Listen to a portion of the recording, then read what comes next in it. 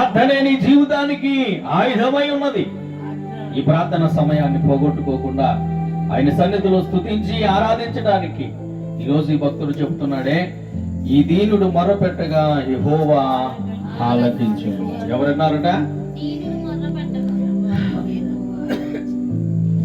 నువ్వే దీనత్వమైన స్థితి కలిగి ఉన్నావో, ఏ పరిస్థితి కలిగి ఉన్నావో, ఏ స్థితిలో ఉన్నానని నీవు కన్నీళ్లు విడుస్తున్నావో,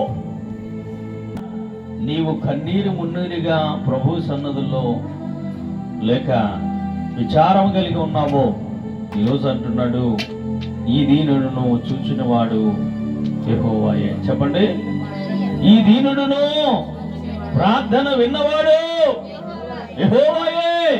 నాకెందరో ఉన్నారు, ఎన్నో ఉన్నాయి, అందరూ నాతో ఉన్నారనుకున్నాను, అన్నీ నాకు ఉంటాయనుకున్నాను, ఏవి నా అక్కడికి రాలేదు, ఏవి నాకు తోడుగా లేవు.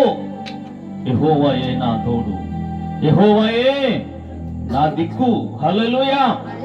చాలా జాగ్రత్తగా వినాలి. అందుకంటాడు, నేను ఎల్లప్పుడూ యెహోవానే సన్నతిస్తాను. నేను చెప్పుకోవాలంటే నా స్థితి పరిస్థితి అన్నిటిలో కూడా ముఖ్యంగా నా ప్రభువునే నేను గణపరుచుకుంటాను.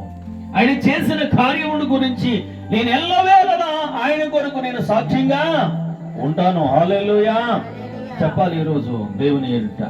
నిజంగా చూడండి, యెహోవా ఏందంట, భయభక్తులు గలవారు చుట్టూ ఆయన దూత కావలి ఉండి వారిని రక్షించును. నువ్వు అనుకోవచ్చు, నేను కాపాడబడ్డాను అనుకుంటే నీవు అనుకోవచ్చు, నా జ్ఞానాన్ని బట్టి లేక నా బలమును బట్టి నేను రక్షించబడ్డాను అనుకుంటావు. గాని జాగ్రత్త, వేటగాడు ఉరువొక్కటం పక్షికి తెలియదు, కానీ వేటగాడు ముందుగానే ఉరువొక్కి ఉంచుతాడు. ఎప్పుడు అనుకుంటది, నేను వెళ్ళి ప్రతిరోజు వెళ్ళినట్లే మార్గంలో వెళ్తూ నాకు కావలసిన ఆహారాన్ని తిని మరలా తిరిగి రాగలను అనుకుంటూ ఉంటది. ఆ పక్షి తనకి తెలియదు తన మార్గంలో ఊరులు ఒడ్డుబడి ఉన్నాయని. దేవుని పిల్లలారా,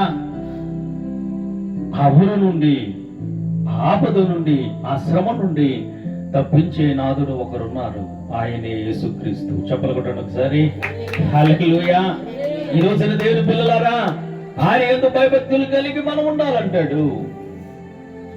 ఆయన ఆశ్రయించిన వారికి ఏ మేలు కొదువు కాదు అని ఈ కీర్తనకారుడు రాసిన జీవితంలో దేవుడు చేసిన కార్యములను బట్టి నేను ఆయనను గణపరుచుకుంటున్నానని ఈ మాటలు చెబుతూ అంటాడు.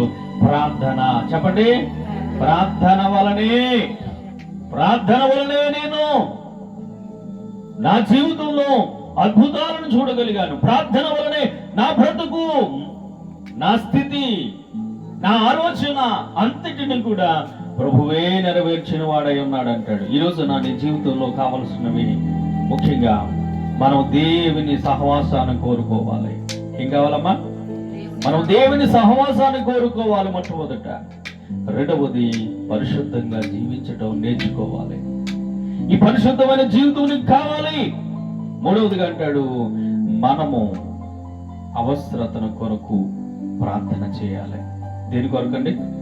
మన అవసరతల కొరకు ప్రార్థన చేయాలి.